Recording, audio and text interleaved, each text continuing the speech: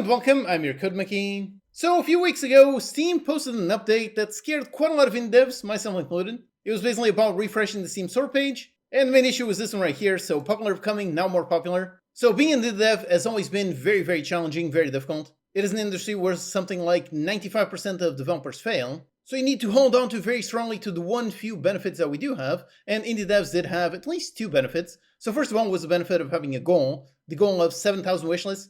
If you reach that amount, then your odds of success are pretty high. And the reason why you wanted that is because with 7,000 wishlists, you would get on the popular upcoming page. And then getting on this one, that would basically guarantee you get a couple thousand wishlists right before release. And of course, wishlists are a great predictor of success. So after you get the wishlist, chances are you get quite a lot more sales at release. So that was awesome. That was the goal. That has been the goal for many years now. So when Steam announced this change, so popular upcoming, now more popular, now all of a sudden, instead of 7,000 wishlists, the games that started showing up over here, they had something like 80,000 wishlists. So it seems like over time, indie devs basically lost this. I mean, getting 80,000 wishlists, that is almost impossible for an indie dev. So a lot of indie devs, myself included, were very concerned about this change, what this would mean going forward. But they did provide one positive thing, which is they introduced the concept of the personalized calendar. This is what is basically meant to replace it. It is meant to be something that is quite a bit more custom to each person. So of course the question was, could this new feature possibly be better than popular upcoming was previously? So could things actually end up being easier or better for indie devs than they were previously? The only way to know is to wait for a few stats. And thankfully now it's been a few weeks, so now we do start to get a few stats, and thankfully it seems the answer is very much, let's say, encouraging or hopeful. So two sources have done some analysis on this topic. So the first one is the Game Discover Code newsletter. I'm a big fan of this newsletter. I've been reading this for many years. I highly recommend you read about it. It is very good for learning about the ins and outs of how the Steam algorithm and indie game development works in general. And secondly, Chris Zukowski's blog. This one I've also been reading for several years, and it's also great, and I also recommend. So the Game Discover Code newsletter, they publish this, so how Steam's personal calendar is blowing up. And over here, they actually got some data from some games. And like I said, thankfully the results do seem to be positive. For example, the launch of Solarpunk, that was a game that had millions of wishlists. They revealed that since the website was updated, basically wishlists exploded, 14k wishlists in one day, 22k in one day, 35k in another day. That is an insane amount. Those would be insane amounts in total, so getting those in literally one day, that is very encouraging progress. Same thing for the second developer, they had 65k wishlists before the Steam change, and now they're getting 2 to 3k wishlists every single day. That is very impressive. Then perhaps the best example of all, so here's one horror dev, they had literally just 1,000 wishlists. So very little visibility, and apparently they doubled them, so they got an extra 1,000 in just 2 days. Down here we can see a graph, and yep, thankfully we can see the massive difference from that one to that one. So getting barely any wishlist, and all of a sudden this change, it seems like it skyrockets quite a lot. Then perhaps more importantly, they actually had access to a title that launched within this time frame between before the update and after the update. And for this one, before that, they were getting 300 to 500 wishlists per day. That is definitely a very nice amount, but then it surged to 5,000 to 6,000 wishlists per day directly after this redesign. That is a massive boost, and once it was on the games coming out this week, it went to 10k wishlists per day. So thankfully, it seems like the results are actually generally quite good. Like I said, Chris Zukowski also did this analysis, and the numbers over here, they seem to say basically the exact same story. So one developer went into the launch window with 6,000 wishlists, and the calendar boosted it to nearly 12,000. Like Chris wrote here, so previously popular upcoming would earn you about 1,000 wishlists per day.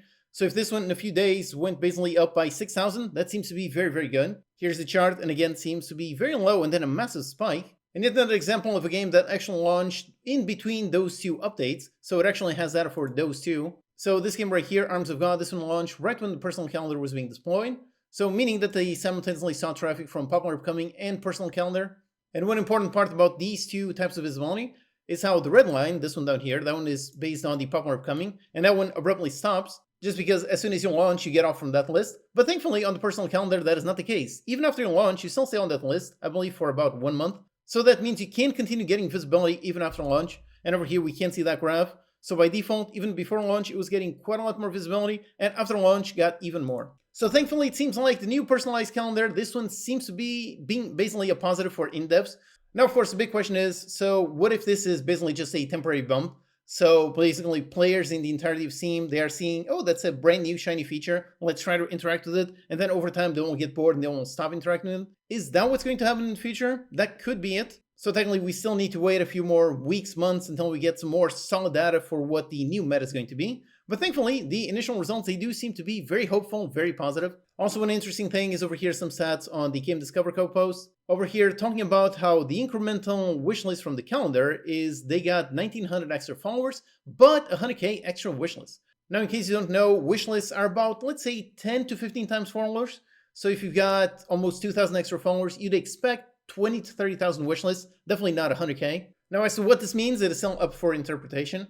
Could this mean that it is basically that? Basically, a lot of new players are experimenting with this, the personal calendar, and they are not necessarily all that interested, but they see a game they wishlisted, but they definitely don't follow, because followers, they do imply quite a bit more hardcore followers of that game, as opposed to a wishlist. Those are quite a bit more casual. So perhaps that might lead to more wishlists that they don't convert, or is it actually literally the opposite? Like over here on the Chris Zukowski's post, on this one right here, he basically talks about how some games, so on the popular upcoming, got like 1.3 million impressions as opposed to just 80,000 on the personal calendar, which by itself that sounds pretty bad, dropping down from 1.3 mil down to 80k. That seems like a massive drop. But of course, you don't really want impressions. You want actual people to actually watch your Steam page and actually buy your game. And thankfully over here, the personal calendar has a massive 33% click-through rate. That is insanely high in basically any kind of marketing. Double-digit percentages, that is just mind-boggling. Which of course, even though this one has so much fewer impressions, thanks to this click-through rate, the actual visits, they are actually much higher. Same thing for this game down here. Again, pretty massive difference in impressions and visits as well. So on the one hand, from some studies, it seems like people wishlisting from the personal calendar are more casual, more basically drive-by wishlists. But on this one, it does seem that they are actually more engaged, or they actually interacted with the game more intensely. So here we've got some conflicting data. So are the people wishlisting through this one, are they going to be more likely to buy the game versus not? Honestly, I probably think so, just because this massive difference, the click-through rate. So technically you might get fewer impressions, but those impressions, they do convert to visits quite a lot more. And then you would have to assume, okay, if they're clicking so much so intensely, chances are they are actually interested in the game. So hopefully that means that after launch, you will actually buy it. So thankfully, it seems like this change might, at least initially, seem to be actually doing better than compared to the previous popular upcoming. So is this a case where in-devs are actually going to have an easier time as opposed to harder? That seems almost hard to believe, but thankfully, the initial numbers, they do seem to point in that direction. So if it is positive, what about that thing? What about that initial goal of getting 7k wishlist? Is that goal really dead or not dead? So over here, Chris writes, the meta has not changed. And he basically did some study on the games on the personal calendar, and the number is not as clear. Here for the follower counts, some games showed up with 8k wishlists, some with 28k, some with 66k. So in general, I would say it does seem to be roughly the same thing.